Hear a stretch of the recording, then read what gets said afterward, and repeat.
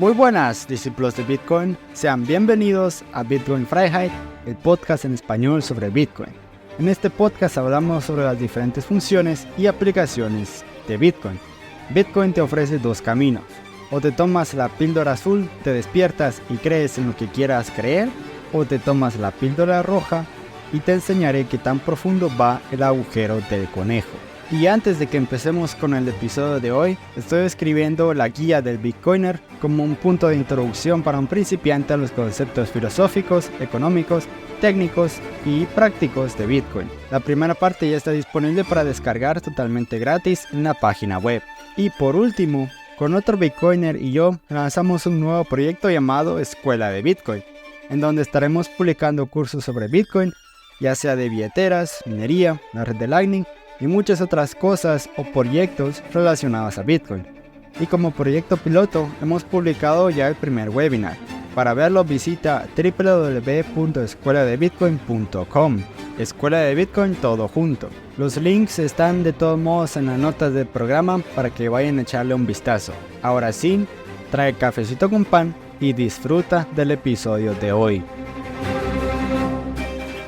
Bueno, damas y caballeros, sean bienvenidos a otro episodio más. Y esta vez sí me tardé un poco más en subir un episodio, pero es que estaba concentrado más en YouTube, en hacer videos. Y pues hace unos días subí el primer video animado a YouTube, ¿va? Y seguramente cuando estén oyendo esto ya se habrá subido el segundo. Y pues como son limitadas las cosas que puedo hacer con mi tiempo, entonces por eso. Y pues yo digo que tal vez sí le voy a bajar ritmo a subir episodios en el podcast y subir más videos al canal de YouTube. Que pues básicamente sería casi lo mismo pero con gráficos, ¿no? Animados. Video que sería como más interactivo, diría yo. Y pues los artículos pues serían casi lo mismo que estoy haciendo en el podcast pero con video, como dije.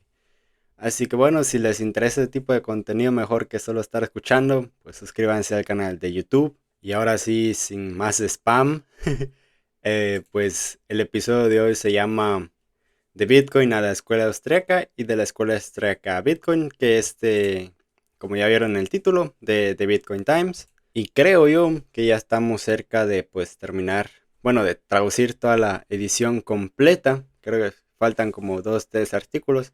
Así que bueno, y creo que ya salió la siguiente edición. Entonces contenido de esta revista tenemos aún bastante. Y pues obviamente para que no sea solo de esta revista voy a ir trayendo ahí en el medio, ¿no? Entre cada capítulo otro tipo de contenido, ¿no? De otras fuentes. Pero bueno, yo diría que dicho esto, empecemos con el episodio de hoy. De Bitcoin a la escuela austríaca. De la escuela austríaca a Bitcoin, de Bitcoin Times. En los primeros días de Bitcoin, la escuela austríaca de economía sirvió como una de las entradas. El economista austríaco Friedrich August von Hayek fue incluso quien más se acercó a predecir Bitcoin. Imaginó que se introduciría un dinero privado de alguna forma astuta e indirecta, que los gobiernos no podrían detener porque primero lo ignoran y luego, tras un periodo de adopción rápida o exponencial, es demasiado tarde para detenerlo. Los conocedores de los escritos de Menger, Mises y Hayek esperaban que la competencia monetaria resurgiera en tiempos de crisis. La gran crisis financiera de 2008 parecía la reivindicación final de la economía austríaca. Ron Paul se convirtió en un nombre muy conocido en Estados Unidos. Las dudas sobre los dólares fiat estaban en su punto más alto. Era el momento oportuno para el cambio, pero las cosas parecieron volver rápidamente al status quo. En 2009, el gobierno estadounidense cerró el sistema eGold, que utilizaba un registro centralizado de créditos en oro. La contracción del crédito se compensó con aún más deuda, en particular deuda pública, monetizada directamente a través de los bancos centrales. El conflicto social pasó de nuevo de la economía a la política, y el interés por la escuela austríaca quedó eclipsado por una nueva guerra cultural. Hoy en día, el camino va en sentido contrario, de Bitcoin a la escuela austríaca de economía, del experimento monetario más apasionante de nuestros tiempos a una tradición de pensamiento de nicho. Para algunos izquierdistas que propagan el tipo de teorías conspirativas oficialmente aprobadas que no consiguen que te cancelen pero alimentan carreras académicas, la escuela austríaca es una fuerza inmensamente poderosa oculta en las sombras. Consideran que Bitcoin surge de la misma raíz maligna que la alt-right, Pinochet, Thatcher, Reagan y todo lo demás que les disgusta en el mundo. Para la mayoría de los demás académicos, la escuela austríaca está olvidada como una nota a pie de página en la historia de las ideas, una tradición anacrónica de la que algunas partes útiles han sido absorbidas por la corriente económica dominante, mientras que el resto solo es regurgitado por los maniáticos. La historia de la influencia y relevancia de esta tradición es, en realidad, bastante contraria a estas ideas erróneas, e igual de fascinante. Al igual que Bitcoin, la escuela austríaca es al menos tres cosas diferentes y contradictorias: un activo, una red y un movimiento. Karl Menger revolucionó la economía con un nuevo enfoque de la comprensión del valor. La valoración es la anticipación subjetiva de que la unidad marginal de un bien puede servir como instrumento para alcanzar un fin. Este fin se clasifica subjetivamente por encima de las alternativas en el mismo contexto y en el mismo momento. Su enfoque es de empatía, un enfoque que trata de comprender a los seres humanos apreciando plenamente la incertidumbre y el error. Menger era plenamente consciente de que el error más profundo es el que cometen los economistas y otros, entre comillas, científicos, que se ven a sí mismos como superiores que no necesitan comprender a sus súbditos, sino solo ser comprendidos y seguidos por ellos. Del mismo modo, las ideas de la tradición de Menger y todo el concepto de la escuela austríaca son buscadas por mucha gente no como un fin en sí mismo, sino como un medio para promover otros fines. Las ideas sirven principalmente como herramientas de racionalización, como etiquetas y gritos de guerra para los aliados y filtros para los enemigos, y como fuentes de credibilidad para nuestros intereses y preferencias. El intelectual puede sentirse decepcionado por esta observación, pero a menudo pasa por alto el hecho de que la búsqueda de ideas que carecen de toda utilidad social resultan ser ideas bastante útiles para su propia profesión. La escuela austríaca ofrece herramientas mentales útiles para entender nuestro mundo, pero eso solo interesa a unos pocos. Su utilidad como activo, como herramienta para proteger y promover intereses, proviene del prestigio, el mérito científico y la capacidad de persuasión de sus defensores. Karl Menger gozaba de un prestigio extraordinario. Era el tutor del príncipe heredero, uno de los economistas de la ya acreditada revolución marginalista, el catedrático más joven de la universidad y el facilitador de las más altas carreras mundanas para sus alumnos preferidos. Más adelante, en la tradición iniciada por él, incluso un premio Nobel siguió su ejemplo. En la actualidad, algunos catedráticos, universidades, institutos y facultades siguen participando académicamente de la tradición mengeriana. Si aplicamos el método realista de la escuela austríaca a sí misma, tenemos que reconocer que, para la mayoría de la gente, es un medio para un fin. La teoría académica es ante todo un juego de credibilidad para la persuasión de las élites o del público. Del mismo modo, Bitcoin es, para la mayoría de la gente, principalmente un activo, algo comprado con dólares fiat para revalorizarse en dólares fiat. El interés es principalmente cíclico y sigue la acción del precio. Esto no es malo ni perverso, sino demasiado humano. No nos burlemos, sino empaticemos con la necesidad humana de proteger y promover nuestros intereses buscando activos e ideas más útiles.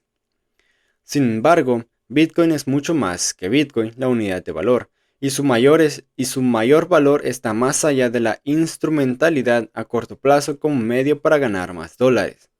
Del mismo modo, la escuela austríaca es mucho más que un marco sólido y creíble de pensamiento y persuasión. Su verdadera relevancia para el bienestar humano ha sido mayormente invisible. En contra de algunas narrativas impulsadas en la historia académica de las ideas, no ha sido una conspiración ni un proyecto organizado por las élites, sino un orden emergente espontáneo de pensamiento y, lo que es más importante, de acción. El Renacimiento austriaco. El prestigio y el valor instrumental de la escuela austríaca se tambalean casi tanto como el precio del Bitcoin en dólares. El príncipe heredero se había suicidado. Los alumnos de Wenger que habían llegado a ser ministros del gobierno introdujeron impuestos y regulaciones del tipo menos malo, medidas administrativas al servicio del Estado que no eran socialismo puro y duro. El último profesor titular de la escuela austríaca de Viena era un arribista, feliz de deshacerse de competidores judíos.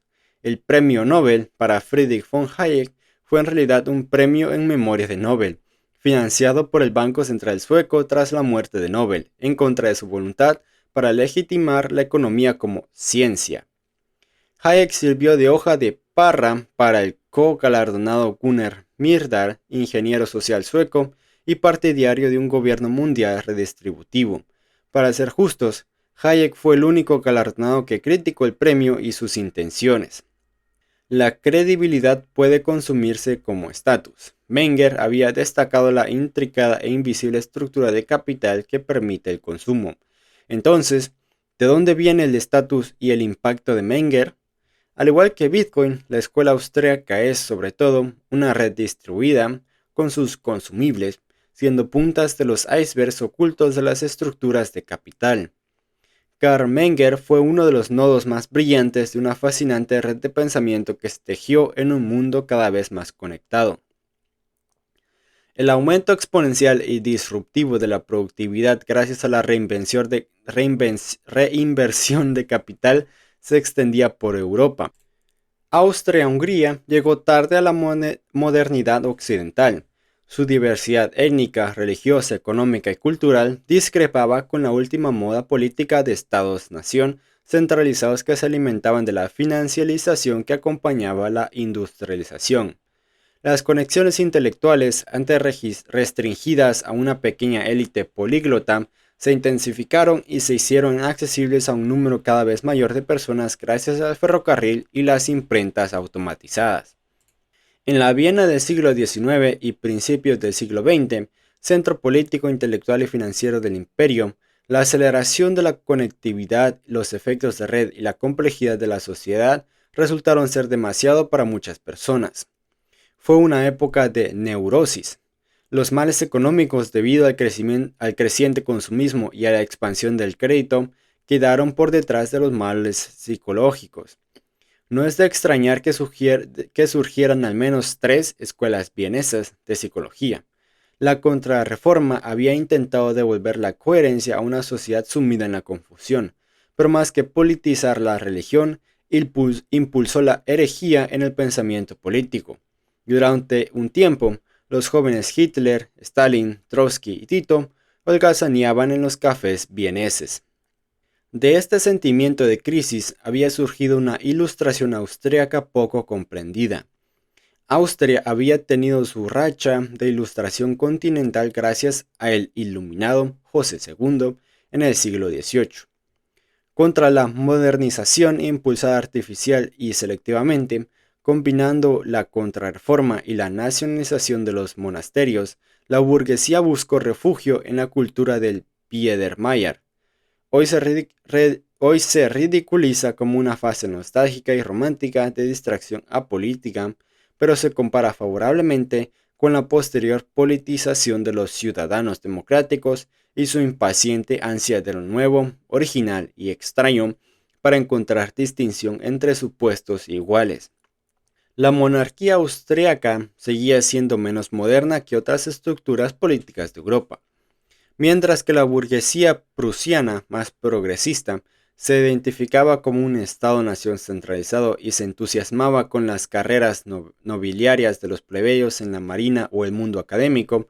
Los plebeyos austríacos, en particular los atraídos al centro por las oportunidades económicas, tenían que canalizar su energía y atención más en la cultura y el emprendimiento que en la política. El tono y la vibración cultural resultantes fueron radicalmente diferentes. Los escritores austríacos del siglo XIX se muestran más irónicos, el ambiente es más realista, con más aprecio por los detalles y los defectos, mientras que el ambiente prusiano era de una arrogancia épica. En el Imperio Austriaco se había concedido total libertad económica y exenciones fiscales a un grupo limitado de comerciantes para compensar el relativo atraso del imperio. Los empresarios exitosos se reunieron en Viena y su riqueza en rápido aumento trajo consigo el ocio sin peso político, influyendo entre otros en gente como Menger y Hayek.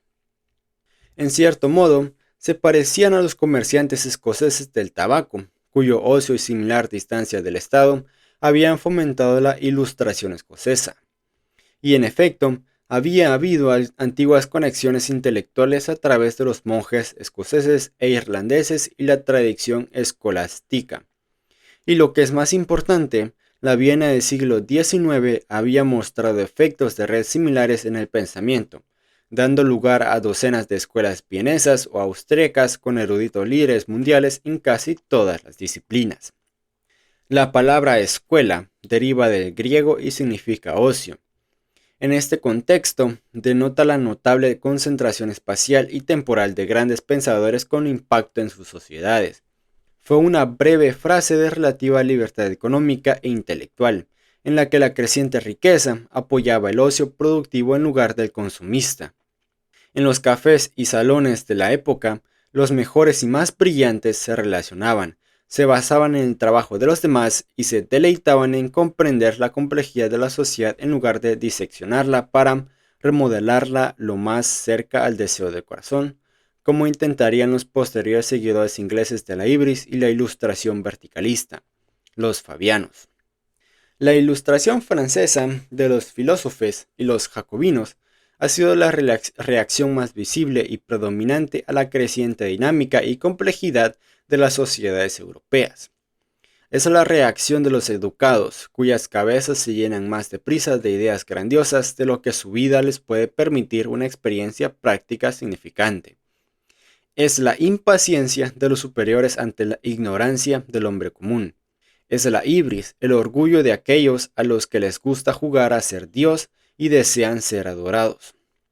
Una reacción contra este orgullo a menudo vuelve a los hombres comunes contra las ideas y el cambio, hacia la añoranza de un pasado romantizado de una infancia inocente de los hombres, pero solo los entregará a otros estafadores políticos, alimentándose de la discordia artificial. Ese otro tipo de ilustración, del tipo escocés, llevó a un grupo de individuos soberanos a emerger de nuestra inmadurez autoinfligida, y con un acto de valentía motivó a gente como Menger y Mises. El lema de este último era no ceder ante el mal. Su círculo de Mises se convertiría en la cúspide de la escuela austríaca como red, un salón privado que atraía a las mentes más brillantes no solo de diversas disciplinas académicas, sino también del espíritu empresarial y la cultura. Ludwig von Mises no enseñó teoría monetaria, no instruyó a nadie, no impuso ninguna línea de pensamiento, sino que debatió sobre todo epistemología, la cuestión de cómo es posible el conocimiento en una era de incertidumbre.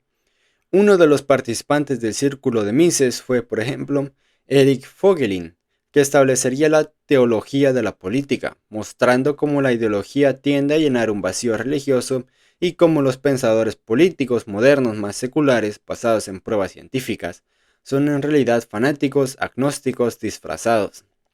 El sinsentido ideológico desgarraría a Europa, culminando en una versión secular del siglo XX de la Guerra de los 30 años, casi igual de destructiva. Menger lo vio venir, y su sombría perspectiva pudo haber afectado al príncipe heredero. Mises era uno de los principales enemigos intelectuales de los nazis. Intentaron secuestrar a su esposa para sacarlo de su refugio suizo, asaltaron su apartamento y confiscaron su biblioteca personal el día de Anschluss, anexión de Austria al Deutsches Reich, Imperio Alemán. Curiosamente, su biblioteca perdida reapareció décadas después en un archivo secreto soviético. Karl Menger nunca llegó a terminar su proyectada obra maestra teórica. Como la mayoría de los miembros importantes de la escuela austríaca, dudaba de que la economía tuviera sentido como disciplina, entre comillas, científica independiente. Hubiera preferido el término sociología, pero la tradición francesa de los ingenieros sociales utópicos se había apoderado de él, aconsejó a sus dos alumnos favoritos que no siguieran una carrera académica. Esos dos no... ¿Qué me pasa? Esos dos nodos menos conocidos de la red de la escuela austríaca llegarían a tener un impacto mucho más profundo en el mundo que los herederos académicos de esa tradición. Félix Somari resultó ser incluso más profético que su maestro, y sus contemporáneos lo llamaron más tarde el Cuervo de Zúrich. Se convertiría en uno de los fundadores de la banca privada suiza, una infraestructura financiera protectora de la privacidad, subestimada en su importancia para el siglo XX. El otro alumno fue Richard Schuller, uno de los diplomáticos mejor relacionados de su época, que desempeñó un papel igualmente infravalorado en la vuelta a la paz tras las guerras mundiales y la independencia de la pequeña Austria de posguerra. Desde sus inicios, la escuela austríaca ha inspirado a una enorme red de personas prácticas y privadas, emprendedores, diplomáticos, innovadores e inversores, y sigue haciéndolo. En este sentido de red, es obvio que Satoshi Nakamoto pertenece a la escuela austríaca. No solo se inspiró en su teoría monetaria y del ciclo económico, sino que él mismo contribuyó incluso con algunos conocimientos teóricos sobre la difícil pregunta del teorema de la regresión, que se quedaron cortos, por supuesto, ante su gigantesca contribución práctica. Es curioso que eligiera un apodo japonés, dado que la biblioteca de Carl Menger ha ido a parar precisamente a Japón. Una red no solo se conecta, sino que puede asumir una calidad de vida, de rendimientos crecientes y efectos de red positivos de simbiosis, cooperación y florecimiento. Al igual que la escuela austríaca en su apogeo, la red de pensadores que sienten curiosidad por Bitcoin y aprecian su complejidad en contraste con los ignorantes académicos que nos dicen por qué está roto, que terminará fracasando y que solo ellos pueden arreglarlo, comienza a mostrar una dinámica igualmente esclarecedora. Puede que se convierta en la red que atraiga a las mentes más brillantes y profundas de nuestra era y de paso a una nueva ilustración o renacimiento. Pero no nos adelantemos demasiado. Un movimiento vivo. Al igual que Bitcoin, la escuela austríaca es una tercera cosa, totalmente diferente de las dos que he descrito anteriormente. Es este último aspecto el que atrae principalmente a nuevos prospectores. La escuela austríaca, como Bitcoin, también es un movimiento. Se ha convertido en un movimiento en su auxilio en Estados Unidos. El círculo de Mises y el Mises Caucus son evidentemente cosas muy diferentes de personas muy diferentes, que sirven a fines muy diferentes. Menger y Mises habían predicado la neutralidad de los valores, enseñaban a entender antes de juzgar, evitaban la política. Obviamente no eran nihilistas, sino firmes defensores de valores que consideraban cruciales para el florecimiento humano. Mises, en Viena, el humilde anfitrión de un salón y consejero neutral, tenía un papel más importante que desempeñar como defensor de la libertad en Estados Unidos. Mises y Hayek se dieron cuenta de que la comprensión neutral desde el punto de vista de los valores de los complejos problemas del intercambio y la producción en la sociedad no bastaría para entender los peligros a los que se enfrentaba la civilización. De las sociedades más prósperas e ilustradas surgieron las tendencias más demoníacas. El sueño de la razón podía y produciría monstruos. Carl Gustav Jung, un alumno de Sigmund Freud que se rebeló contra su maestro, había empezado a buscar pistas en el inconsciente, en los sueños, la sabiduría popular y las creencias, para una demonología de la política moderna. Curiosamente, al escribir un poco sobre economía y dinero, sonaba como un economista austriaco. Aún más extraño es que el moderno junginiano Jordan Peterson haya descubierto su conexión con la escuela austríaca, sin conocimiento consciente de los vínculos históricos. Viktor Frankl, un impulsor de la segunda escuela vienesa de psicología, señaló el vacío existencial y el anhelo de sentido del hombre moderno como pistas importantes para comprender los demonios de la modernidad. Eric Voegelin y Murray Rothbard sin haber leído a Vogelin, se dieron cuenta de que las ideologías más demoníacas compartían el rasgo común de la escatología secular. Reniegan del mundo real y del hombre real como malvados y tratan de acelerar un apocalipsis purificador, dando lugar a un imperio milenario de perfecta justicia. Este tipo de mal no se puede refutar, sino que hay que combatirlo.